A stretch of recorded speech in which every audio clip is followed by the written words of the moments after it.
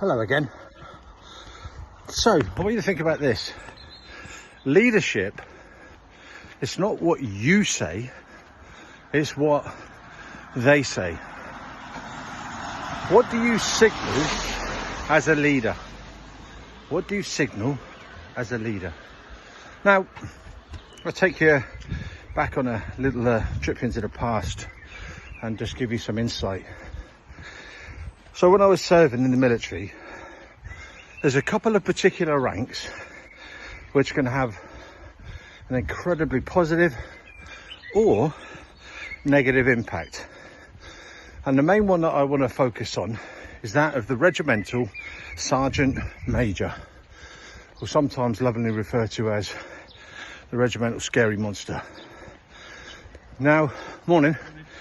Now the point with this is my demeanor, my expressions, my bearing, the way in which I engaged with soldiers and young officers and old officers had a direct impact on them, to the point that it could empower them, motivate them, and in other cases have them running for the hills.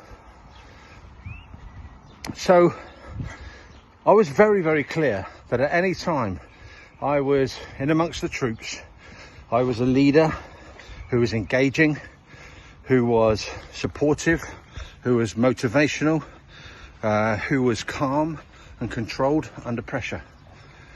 What does that look like for you?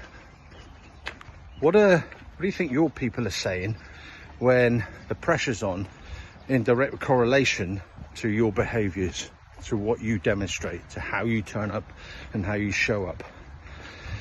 Because it's the unsaid, facial expressions, body language, demeanour, how you hold yourself, bearing, smiling, not smiling, that can have a much far greater impact than what it is that you say. And the impact then boils back down to what they end up saying. So, do you walk around your business with a face like a smacked ass? Are you engaging?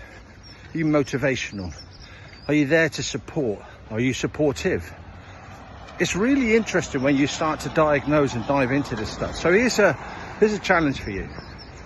Determine one leadership trait that you feel would offer significant benefit over this next week, and then focus on how you turn up with that trait in an incredibly positive way.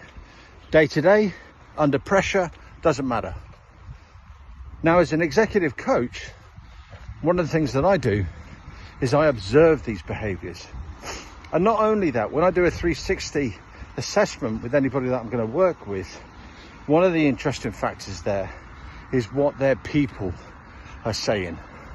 And that can be incredibly liberating. Scary, but liberating. Because there's no hiding that, no getting away from that. So, what's that one trait that you're going to focus on this next week to actually turn up the very best version of you as a leader? Have some fun, folks.